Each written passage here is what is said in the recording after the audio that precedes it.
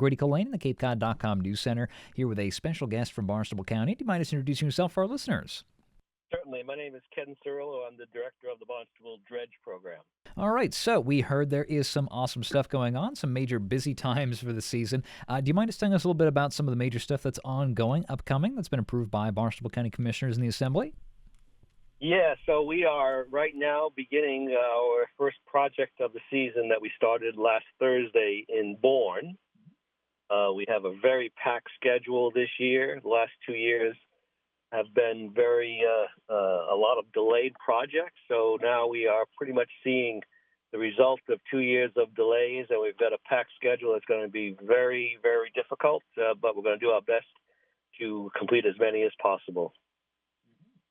Yeah, it's a lot of stuff going on. You've been on before talking about how this is essentially, you guys are simultaneously the Dredge group, obviously, the Dredge program, but also the beach builders, the unspoken, the unseen portion of Cape Cod. That's correct.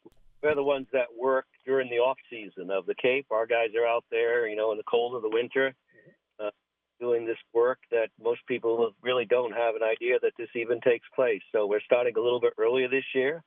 So we are sort of touching with that sort of end of the shoulder season of the boating. Last weekend in Bourne was very busy. The town had closed the channel to allow us to keep on working. The other channel that they call the North Channel was open. So that's a little bit unusual, but, we do try to do our best to accommodate the boating, the recreational boating that takes place during the time of year. Now, as well, just for people who might not be familiar with our previous conversations, the delays in question, that it's impacted a lot of towns, but that wasn't on the Dredge's side.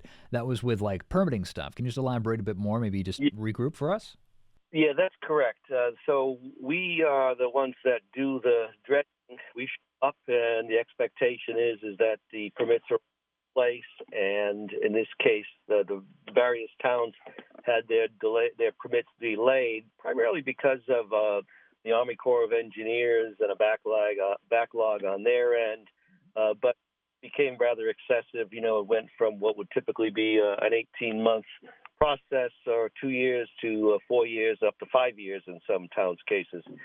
So unfortunately, our projects that we typically have, many of them were postponed because the permits were not in place. So we did quite a bit.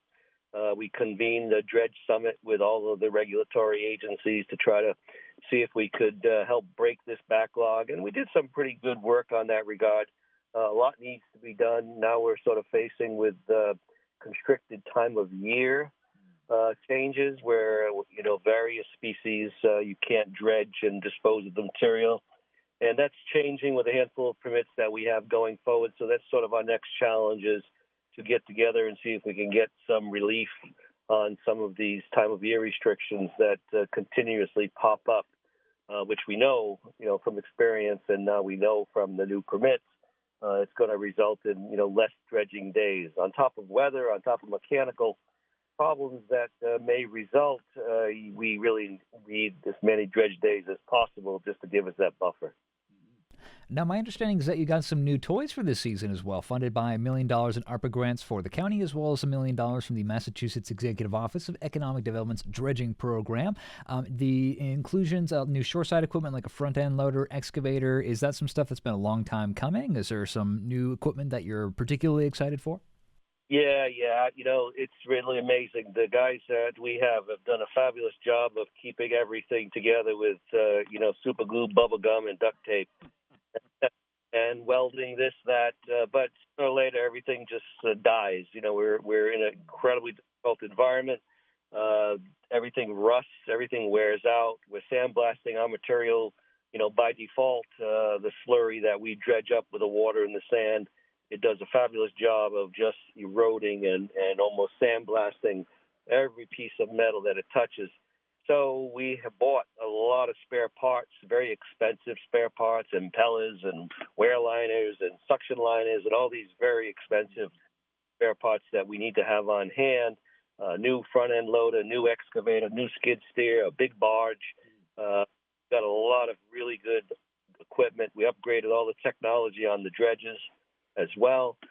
We've done, I think, 2 years' time, spent $2 million of taxpayers' money in an incredibly great way. We're really proud of everything that we've done to really, let's say, set ourselves up going forward for the next years to be able to have everything that gives us I think, a very productive, efficient, and most importantly, a safe working environment. All right, awesome. Now, it's great to have the equipment, but how are you doing on staffing? Last time we chatted, you guys were looking for some new hires. Just wanted to hear about whether or not you found some people since then, if you're still looking for more. Yeah, that's a good point. We have had one opening for almost 3 years. It's a maintenance technician, someone that we need who's, as we've kind of labeled it, that MacGyver, somebody that might not be trained to do it, but is not afraid to figure out what needs to be done to fix it, whether it's hydraulic systems, whether it's pumps, whether it's diesel, outboards, gas engines. Every single thing that we have is mechanical, and every single thing that we have will break. And right now we have our dredge superintendent, Jason Beavis, who is the MacGyver, but we need to give him some relief and some assistance simply because we're operating two dredges, we're operating two projects at the same time in most cases, and we really always need to stay ahead of that curve with preventative maintenance, inventory management, spare parts, stuff that's very troubling. We were a crew of 7 doing all this work. This department is still severely understaffed for what it's doing, and this opening that we've had, I think we're competing with a lot of private sector companies that are doing a lot of sewer work on the Cape.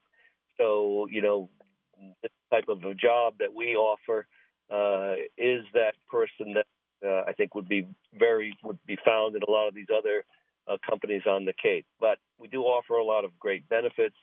Certainly a county job, a municipal job. There's a lot of overtime involved in it if desired. It's great for somebody that always wants to have a challenge. You're not sure what's going to be coming ahead of you for the next day. Every day is a new chapter. There's the basic things that we need to have done, but then there's always a surprise of something that needs to be fixed and make sure the maintenance is in place. So we're really going to double down and try to put some focus on finding a person that we can, bring aboard, but it's been very, very difficult.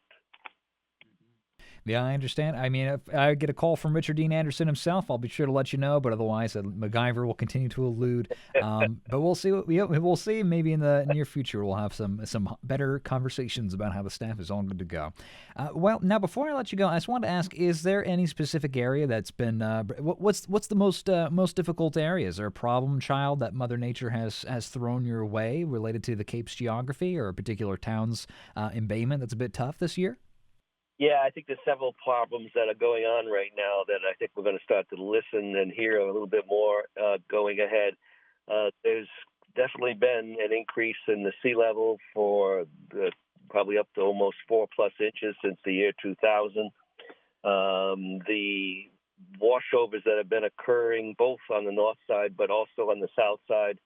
The last 2 years, we had winter storms out of the south that are very unusual. Typically, the winter pattern is northerly winds, northeast, northwest. But the last few years, we've really had a couple of big storms in December and in January.